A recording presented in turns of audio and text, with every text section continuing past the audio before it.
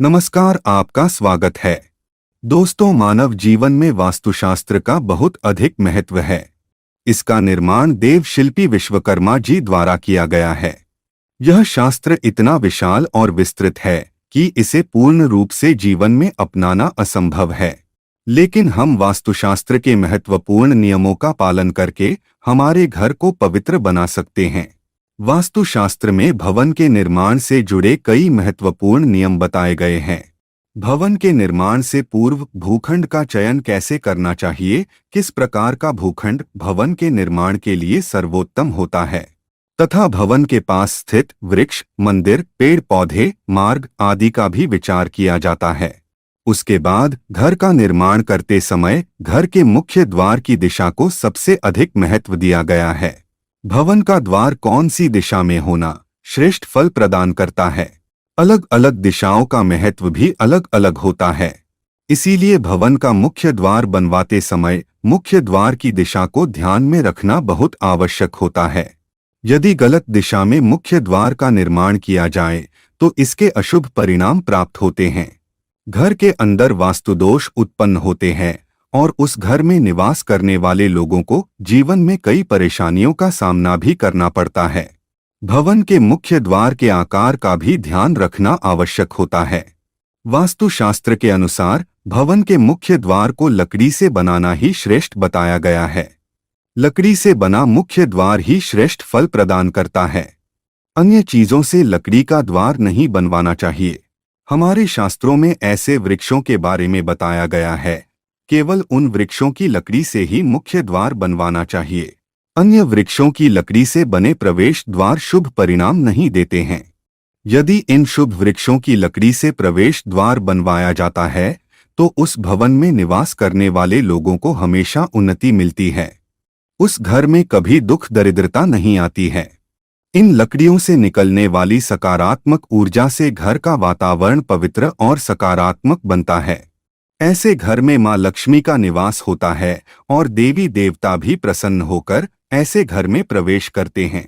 इसीलिए घर का मुख्य द्वार बनवाते समय इस बात का विशेष ध्यान रखना चाहिए कि आप इन वृक्षों की लकड़ी का ही इस्तेमाल करें। तो चलिए जान लेते हैं घर का मुख्य द्वार कैसा होना चाहिए, जिससे घर में सुख शांति बनी रहे और धन संपत्ति का आगमन हो। दोस्तों, अगर आप इस चैनल पर नए हैं तो इसे सब्सक्राइब जरूर करें ताकि आपको ऐसी ही वास्तुशास्त्र से जुड़ी जानकारी प्राप्त हो। आगे बढ़ने से पहले आप कमेंट में जय श्री कृष्ण और जय मां लक्ष्मी जरूर लिखें। सबसे पहली बात दोस्तों, वास्तुशास्त्र में कहा गया है कि भवन का मुख्य द्वार अर्थात आपके घर का प्रवेश द्वार आपके घर के अन्य दरवाजों से आकार में बड़ा होना चाहिए। मुख्य द्वार कभी अन्य दरवाजों से छोटा नहीं होना चाहिए, ताकि घर के अंदर की और बाहर से आने वाली ऊर्जा का संतुलन बना रहे। अगर मुख्य द्वार आकार में छोटा होता है तो उस घर में हमेशा क्लेश और लड़ाई झगड़े होते रहते हैं। घर का मुख्य द्वार का आकार घर के अन्य द्वारों जितना भी नहीं होना चाहिए। मुख्य द्वार हमेशा ही बड़ा होना चाहिए, तभी इसका शुभ फल प्राप्त होता है। वास्तुशास्त्र में मुख्य द्वार से जुड़ी और एक महत्वपूर्ण बात बताई गई है कि मुख्य द्वार हमेशा 2 पल्लों का होना चाहिए। इस मुख्य द्वार को खोलते अथवा बंद करते वक्त दोनों हाथों का प्रयोग होना चाहिए। 2 पल्लों का मुख्य द्वार ही भवन के लिए शुभ माना गया है। 2 पल्लों के मुख्य द्वार के कारण घर मंदिर की तरह प्रतीत होता है। मां लक्ष्मी ऐसे ही घर में प्रवेश करती है जिस घर का मुख्य द्वार 2 पल्लों का होता है। अगर आपका मुख्य द्वार एक ही है तो आप उसे बदलवाकर 2 पल्लों का द्वार अवश्य बना ले। इससे आपके जीवन में कई सकारात्मक बदलाव देखने को मिलेंगे। तीसरी महत्वपूर्ण बात ध्यान में रखनी चाहिए कि वास्तुशास्त्र के अनुसार मुख्य द्वार के पास दहलीज अवश्य होनी चाहिए। दहलीज के बगैर मुख्य द्वार अपूर्ण माना जाता है। भवन के प्रवेश द्वार के पास दहलीज का होना अनिवार्य है। शास्त्रों में कहा गया है कि दहलीज भवन की रक्षा करती है। दहलीज के होने से घर में नकारात्मक शक्तियां प्रवेश नहीं कर पाती हैं। दहलीज की ऊंचाई 2 से 5 इंच तक होनी चाहिए। दहलीज की नियमित रूप से पूजा करनी चाहिए। दहलीज के पास नित्य घी का दीपक लगाने से माँ लक्ष्मी प्रसन्न होती है और घर में प्रवेश करती है। दहलीज पर शुभ चिन्ह अवश्य बनाने चाहिए। खासकर स्वस्तिक का चिन्ह दहलीज के दोनों छोर पर बनवाना चाहिए। इससे घर में बुरी शक्तियां प्रवेश नहीं करती हैं। श्री कृष्ण कहते हैं कि दहलीज न होने पर घर में प्रेत प्रवेश करते हैं और भवन में रहने वाले लोगों को कष्ट भोगने पड़ते हैं। इसीलिए घर में दहलीज अवश्य होनी चाहिए। वास्तुशास्त्र के अनुसार घर का मुख्य द्वार पूर्ण रूप से बंद होना चाहिए। मुख्य द्वार में किसी भी प्रकार की दरार और छेद नहीं होना चाहिए। भवन का मुख्य द्वार बंद होने पर घर के अंदर का दृश्य नहीं दिखाई देना चाहिए। मुख्य द्वार पर छेद अथवा दरार होने से घर में नकारात्मक शक्तियां प्रवेश कर सकती हैं। वास्तुशास्त्र में कहा गया है कि मुख्य द्वार टूटा हुआ अथवा दरारों वाला होता है तो उस घर में दुख, दरिद्रता और दुर्भाग्य का वास होता है। वास्तुशास्त्र के अनुसार मुख्य द्वार के ऊपर हमेशा तोरण लगाना चाहिए। मुख्य द्वार पर तोरण लगाने से अशुभ शक्तियां दूर रहती हैं। घर में कभी दुर्घटना नहीं होती है और बुरी नजर से रक्षा होती है।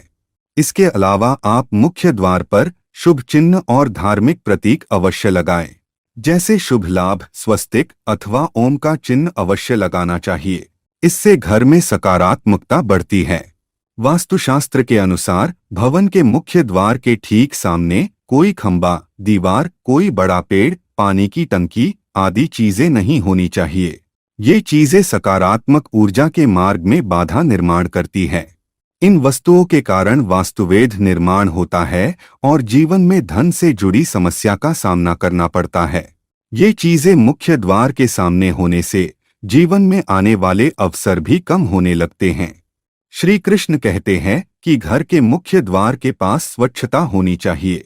नित्य घर के मुख्य द्वार के सामने जल का छिड़काव करना चाहिए और सुंदर रंगोली बनानी चाहिए। घर का मुख्य द्वार स्वच्छ होने से माँ लक्ष्मी प्रसन्नता से घर में प्रवेश करती है।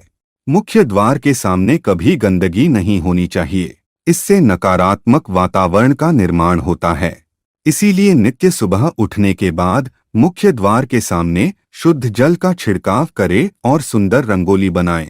वास्तुशास्त्र के अनुसार मुख्य द्वार को खोलते अथवा बंद करते समय कर्ण कर्कश आवाज नहीं आनी चाहिए।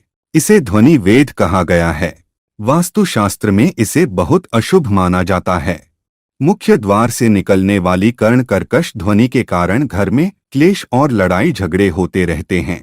यदि मुख्य द्वार से ऐसी आवाजें आती है तो उसे तुरंत ठीक कर लेना चाहिए, अन्यथा आगे चलकर ये आपके जीवन में कई परेशानियां खड़ी कर सकता है। मुख्य द्वार कभी भी बाहर की ओर नहीं खुलना चाहिए। बाहर की ओर खुलने वाला दरवाजा अशुभ संकेत देता है। घर में निवास करने वाली लक्ष्मी घर से चली जाती है। ऐसे घर में बार बार विपत्ति आती है और संकटों का सामना करना पड़ता है।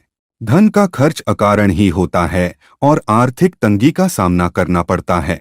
ऐसे घर में रहने वाले लोग हमेशा कर्ज से परेशान रहते हैं।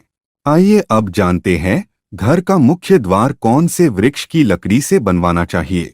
वास्तुशास्त्र के अनुसार चंदन, अशोक, नीम, अर्जुन, खैर, शीशम आदि वृक्षों की लकड़ी से बना प्रवेश द्वार धन संपत्ति में वृद्धि कराता है।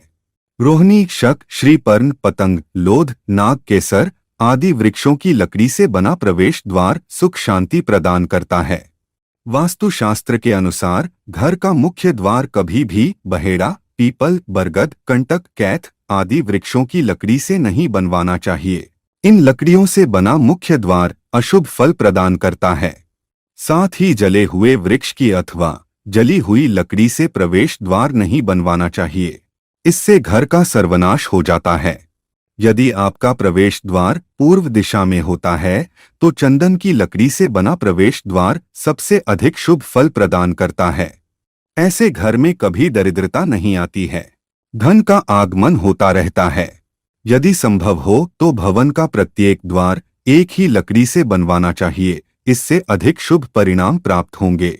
जिस लकड़ी से द्वार बनाया हुआ है उसी लकड़ी की चौखट बनवानी चाहिए। लोहे की चौखट और लकड़ी का दरवाजा ऐसे नहीं होना चाहिए। इससे अशुभ संकेत प्राप्त होते हैं।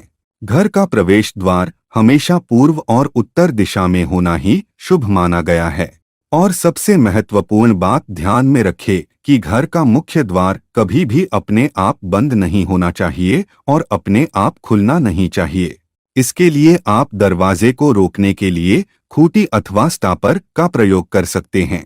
अपने आप खुलने और बंद होने वाले दरवाजे के कारण घर में शोक का वातावरण निर्माण होता है। तो दोस्तों, इस प्रकार से हमारे वास्तुशास्त्र में मुख्य द्वार से जुड़े महत्वपूर्ण नियमों के बारे में बताया गया है।